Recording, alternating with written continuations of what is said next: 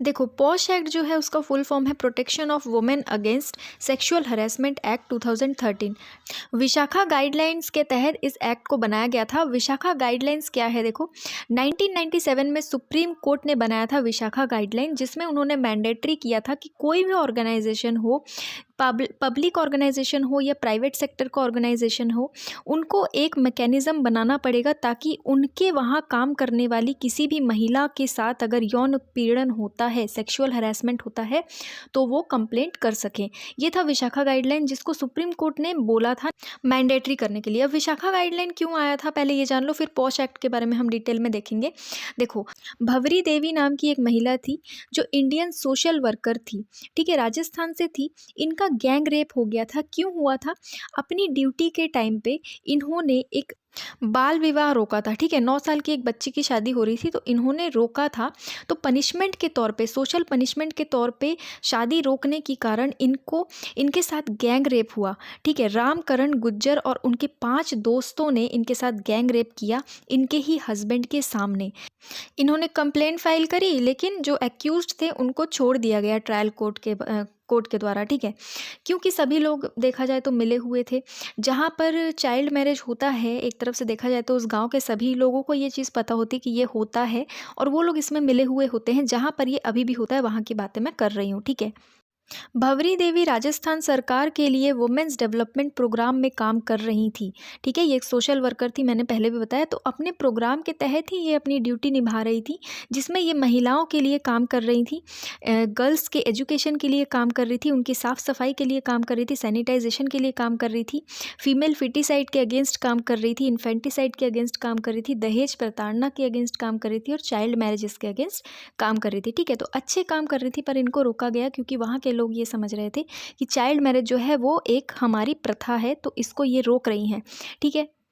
और जब ये केस सुप्रीम कोर्ट में गया तो सुप्रीम कोर्ट ने अपना फैसला सुनाया, जिस फैसले में उन्होंने मैंडेटरी कर दिया कि हर एक ऑर्गेनाइजेशन, चाहे वो पब्लिक हो या प्राइवेट हो, उनको एक मैकेनिज्म इस्टेब्लिश करना पड़ेगा जिसमें कि सेक्सुअल हरासमेंट के कंप्लेंट्स को जल्द से जल्द रिड्रेसल किया जाए, ठीक है। तो ये था विशाखा गाइडलाइंस, ठीक है। और यही विशाखा गाइडलाइन जो था 1997 का, ये आधार बना इस एक्ट का, जो कि 2013 में लागू किया गया, ठीक है। इस एक्ट में ये है कि हर एक एम्प्लॉयर, जो कोई इंडस्ट्री हो, पब्लिक सेक्टर इंडस्ट्री हो या कोई भी ऐसी जगह हो जहाँ पर लोग काम करने आते हैं, वहाँ पर अगर 10 या 10 से ज़्यादा लोग काम कर रहे हैं, तो वहाँ का जो मालिक है, जो एम्प्लॉयर है, जो काम पर रख रहा है लोगों को, उसको एक इंटरनल कंप्लेंट्स कमेटी बनानी पड़ेगी, ठीक है। हर एक ऑफिस या ब्रांच में उसको ये कमेटी बनानी पड़ेगी। ये जो कमेटी होगी, इसके पास सिविल कोर्ट के जितना पावर होगा, ताकि वो एविडेंस गैदर कर सके, एविडेंस जमा कर सके, ठीक है। अगर कोई भी मालिक अगर इस चीज़ को नहीं मानता है, अगर इंक्वायरी होने नहीं देता है कंप्लेंट करने के बाद, तो इसमें पेनल्टीज़ का भी प्रोविज़न है, ठीक है। इस एक्ट में ये दिया गया है कि जो इंसान कंप्लेंट फाइल करेगा वो वुमेन ही होनी चाहिए, एक औरत के द्वारा ही कंप्लेंट फाइल करी जाएगी, तभी इस एक्ट के अंडर इंक्वायरी होगी, ठीक है।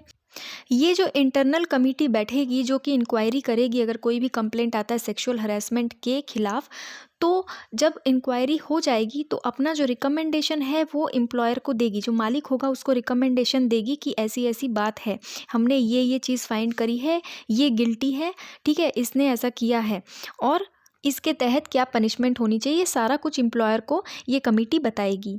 उसके बाद जो गिल्टी होगा उस पर कार्रवाई आगे होगी, ठीक है।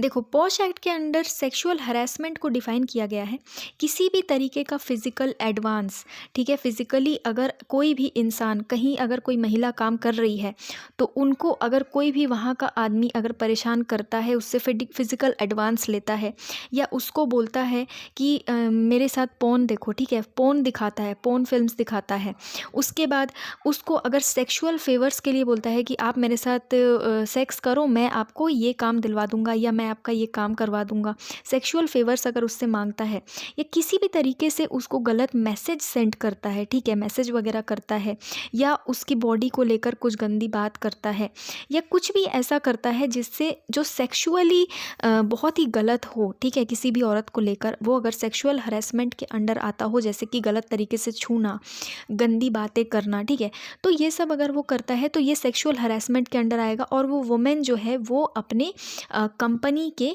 जो कमेटी है उस वहाँ पर जाकर कंप्लेंट कर सकती है। उसके बाद वो जो कमेटी है वो इंक्वायरी करेगी।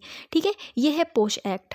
देखो ऐसा एक एक्ट लाना बहुत ज़रूरी इंडिया में था। इंडिया में क्या, पूरी दुनिया में ही इस तरह का एक्ट होना चाहिए, क्योंकि हमने देखा है कि जो औरतें होती हैं वो बाहर रास्ते में चलने में भी सहज महसूस नहीं करती हैं।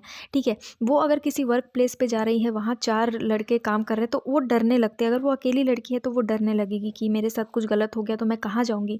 पहले ऐसा कोई प्रावधान नहीं था। कई बार ऐसा होता है कि औरतें जो है वो पुलिस स्टेशन जाकर अपना कंप्लेंट रजिस्टर नहीं करवा पाती हैं, या उनके साथ बार बार गलत काम होता रहता है ऑफिस में, लेकिन वो किसी से बोल नहीं पाती हैं डर से। ठीक है, कई तरीके का प्रेशर उन पर होता है, घर का दबाव होता है कि नहीं आप पुलिस स्टेशन जाकर कंप्लेंट नहीं कर सकते। तो ऐसे में महिला क्या करे, है ना। कई बार औरतें डरती हैं कि मैं अगर इस जगह काम करने जाऊंगी पता नहीं मेरे साथ क्या होगा, अगर रात का शेड्यूल रहा मेरे मेरे काम का, ठीक है, नाइट ड्यूटी रही तो मैं कैसे उसको हैंडल करूंगी। वहाँ पर कई सारे लड़के काम कर रहे होंगे, अगर किसी ने मेरे साथ गलत किया, अगर मालिक ने खुद मेरे साथ गलत किया तो मैं क्या करूँगी। तो इस तरीके की कई सारी प्रॉब्लम्स होती हैं। इसीलिए इसी को देखते हुए पॉश एक्ट को लाया गया है। बहुत ही बढ़िया एक एक्ट है। तो अभी ये न्यूज़ में रहा है बॉम्बे हाई कोर्ट के एक फैसले को लेकर, जिसके बाद एक पिटिशनर ने पिटिशन फाइल कर दिया था। ठीक है, तो इसीलिए ये न्यूज़ में रहा है। तो हमने इसीलिए डिटेल में पॉश एक्ट को स्टडी किया है। फिर भी अगर आपको इसमें कोई डाउट या कन्फ्यूजन हो तो आप मुझे कमेंट बॉक्स में पूछ सकते हैं। आज के लिए इतना ही। Thank you.